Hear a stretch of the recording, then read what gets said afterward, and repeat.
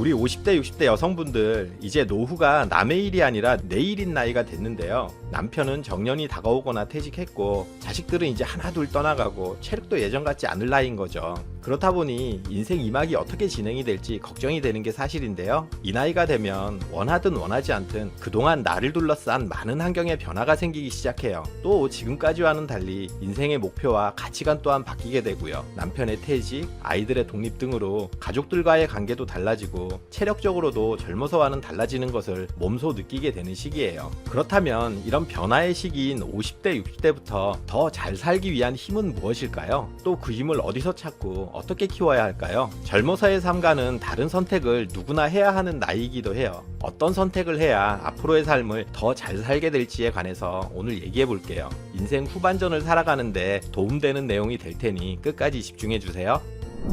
안녕하세요. 알아두면 삶이 힘이 되는 채널 매일 3분입니다. 50대, 60대부터 더 잘 살기 위한 힘. 첫 번째, 힘을 빼라. 물속에서 수영을 하다 힘이 빠져 허우적대는 사람에게는 힘내라 라고 말해선 안 돼요. 그때는 힘을 더 소모하지 말고 온몸에 힘을 뺀 채 둥둥 떠 있어야 해요. 계속 힘을 주게 되면 오히려 가라앉고 말거든요. 우리 50대, 60대의 현실이 이와 비슷하지 않을까요? 지금까지 열심히 살아오다 보니 힘이 빠져 있는데 이때 더 힘내라고 등을 떠민다고 앞으로 쉽게 나아가질까요? 이럴 때는 앞으로 나아가려고 애쓰기보다 힘을 빼고 오늘 하루만 잘 사는 거예요. 아침에 상쾌하게 일어나 기분 좋은 아침을 맞이하세요. 그리고 오늘 하루를 잘 살아내고 나면 내일 또 오늘처럼 좋은 하루가 될 거란 생각이 들 거예요. 이렇게 힘을 뺀 채 하루하루 살아가다 보면 마음이 여유로워지는 걸 느끼게 되실 거예요. 앞으로의 인생 후반전을 안정적으로 설계하기 위해서 여러 가지 고민들을 하게 되는데요. 오히려 너무 먼 미래를 걱정하지 않는 것이 나은 경우가 많아요. 아무리 고민하고 노력하고 예측해보려 해도 앞으로의 미래의 결과는 정답처럼 딱 들어맞을 수는 없어요. 그러니 그렇게 무리해서 애쓰기보다 가벼운 마음으로 힘을 빼보세요. 젊어서처럼 악착같이 살아가지 않아도 괜찮아요. 힘들면 좀 쉬고 지치면 잠시 누워도 된다는 마음가짐을 가져보세요. 이렇게 하루만 가볍게 살아간다는 마음가짐이 오히려 활력과 에너지가 될 거예요. 50대, 60대부터 더 잘 살기 위한 힘. 두 번째, 과거에 얽매이지 마라. 지나오고 나서 바꿀 수 없는 것이 과거인데요. 이미 지나버린 과거에 지나치게 집착하는 사람들이 있어요. 얼마 전 넷플릭스에서 더 글로리라는 드라마가 인기였는데요. 학창시절 학폭으로 인해 영혼까지 부서진 동훈이 자신의 모든 것을 걸고 연진과 그 일당들에게 치밀하게 준비한 처절한 복수를 하는 내용이었어요. 우리는 통쾌한 결말에 나름 카타르시스를 느끼며 봤지만 사실 복수로 점철된 주인공의 인생 또한 얼마나 처참하고 안타까운 삶인가 하는 생각이 들었어요. 이처럼 극적인 과거가 아니더라도 좋지 못한 과거의 기억, 예전의 아픈 기억에 집착하고 매몰된 삶은 덧난 상처를 다시 긁어 부스럼을 만드는 것에 지나지 않아요. 과거의 아픔을 상처가 아닌 경험으로 기억하도록 스스로를 설득해야 해요. 아픈 기억이 아닌 그 경험을 통해 내가 덕분에 성장했다고 스스로를 세뇌시키는 거죠. 오만과 편견의 저자인 제인 오스틴은 과거의 기억이 내게 기쁨을 줄 때만 과거를 생각하라 라고 했는데요. 이처럼 아픈 과거는 있고 좋은 기억들만을 간직할 수 있다면 이것이 제대로 과거를 간직하는 방법이 될 거예요. 그러니 과거에 크든 작든 짐이 되는 기억은 교훈으로 취할 수 있는 부분만을 남기고 나머지는 잊어버리자고요.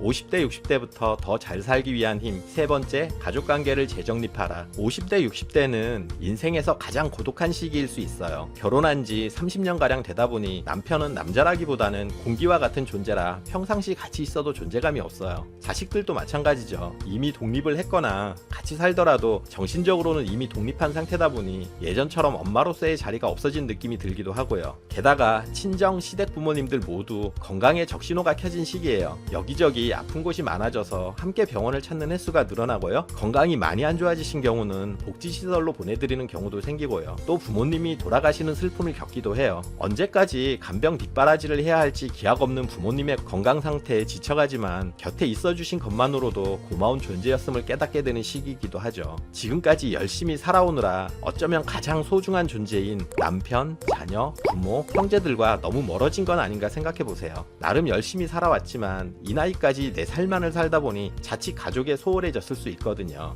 이대로 계속 살아간다면 이후의 인생에 후회가 남을지도 몰라요. 특히 우리 여성분들은 남편과의 관계 회복에 더욱 신경 쓰셔야 해요. 실제 여러 심리학 연구를 보면 중년기 이후 부부관계가 좋은 분들이 삶의 안정감과 만족도가 매우 높은 것으로 나타났거든요. 그러니 50대, 60대는 가족과의 관계를 재정립할 수 있는 마지막 시기일지도 몰라요. 아이들이 어렸을 때는 가족여행이 쉬웠는데 이젠 만만치 않아졌을 텐데요. 그래도 시간을 내서 가족여행을 떠나보세요. 달랑 밥 한 끼만을 먹고 헤어지는 것과 1박 2일 정도의 짧은 일정이라도 하룻밤을 같이 보내며 이런저런 추억을 공유하는 것과는 큰 차이가 있거든요. 가족들, 부모님, 형제들과 이런 소중한 시간을 어쩌다 한 번이 아닌 월마다 아니면 계절마다 정기적으로 갖는다면 더욱 의미가 있는데요. 나에게 이런 든든한 가족이 뒤에 있다는 것을 느낀다면 앞으로 살아가는 날들이 더욱 신나고 힘이 나게 될 거예요.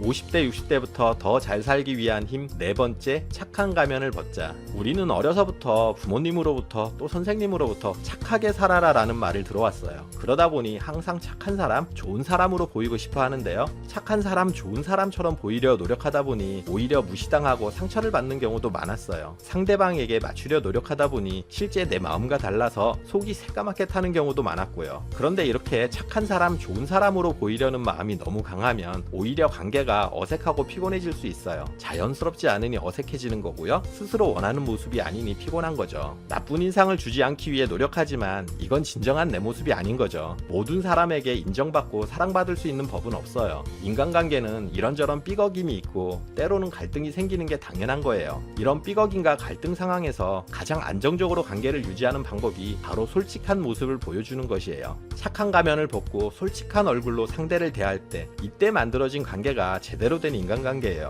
특히 가족이나 친구처럼 가까운 사람에게도 착한 가면을 쓰고 대하는 사람들이 있는데요. 가까운 사람들과 이렇게 지낼수록 삶은 더욱 힘들어져요. 가족이나 친구라 해도 가면을 벗은 솔직한 내 모습을 보고 떠나는 경우도 있을 거예요. 그런데 이런 사람들은 내가 가면을 쓰고 착한 얼굴로 대한다고 해도 결코 행복하지 못한 관계에 지나지 않아요. 홀로 남더라도 내 스스로에게 솔직하고 홀가분할 때 그때 비로소 살아갈 힘도 커지는 법이에요. 50대, 60대부터 더 잘 살기 위한 힘 다섯 번째, 에너지를 충전하라. 살아가는 데 있어서 에너지가 중요한데요. 우리는 에너지가 바닥났다, 에너지가 넘친다 이런 표현을 자주 쓰죠. 차가 연료가 바닥나면 다시 채우면 되듯이 우리도 마찬가지로 에너지가 바닥나면 다시 충전하면 되는 거예요. 차도 경유, 휘발유, 전기 등 채워야 하는 에너지가 다르듯 사람도 에너지를 채우는 방법은 각자 다를 수밖에 없는데요. 각자에게 맞는 에너지 충전 방법을 알고 있어야 해요. 사람을 통해서 에너지를 얻는 사람들이 있어요. 어떤 자리든 긍정적이고 건강한 에너지를 가진 사람이 한두 명은 있기 마련이에요. 이런 사람은 밝고 활기차고 긍정적이기 때문에 같이 있는 것만으로도 긍정적인 에너지가 상대방에게 전해져요. 그런 사람과 만나고 얘기하고 하다 보면 휴대폰을 충전하듯 자연스럽게 에너지를 얻게 되는 거죠. 또 지치고 힘들 때 아무것도 하지 않고 시체처럼 하루 종일 잠을 자야 에너지가 충전된다는 사람도 있어요. 이런 사람은 하루 종일 자면서 에너지를 충전하면 돼요. 노래방이나 클럽 등 시끄러운 곳에서 마음껏 에너지를 발산하면 오히려 스트레스도 풀리고 하는 사람도 있어요. 이런 사람들은 화끈하게 놀면서 에너지를 충전하면 되고요. 또 콘서트나 뮤지컬, 공연 등을 보면서 에너지를 충전하는 사람도 있고요. 어디론가 훌쩍 떠나는 여행을 통해서 에너지를 충전하는 사람도 있어요. 저 같은 경우는 어떤 방식으로 에너지를 충전할까 생각해보니 목공예를 통해서 무언가 다듬고 만들고 하는 과정에서 스트레스도 풀리고 성취감도 얻어가며 에너지가 충전이 되는 게 아닌가 하는 생각이 들더라고요. 어떤 방식이든 자신의 에너지가 바닥일 때 충전하는 방법을 찾는 것이 중요해요. 특히 체력적으로도 정신적으로도 힘든 50대, 60대 이후는 에너지 충전 방식을 알고 있어야 언제든 재충전하고 다시 도전할 수 있거든요. 오늘은 지금까지 살아온 날들을 돌아보고 재충전하면서 더 잘 살기 위한 힘을 얻는 방법들에 관해서 얘기했는데요. 이제부터가 시작이에요. 50대, 60대인 여러분들의 인생 후반전이 더 신나고 멋진 삶이 되시길 응원할게요. 그리고 오늘 정보가 도움되셨다면 구독, 좋아요, 알림 설정 해주시고요. 더 유익한 영상으로 다시 찾아뵐게요. 저는 매일 3분 대표 큐레이터 송한결이었습니다. 감사합니다.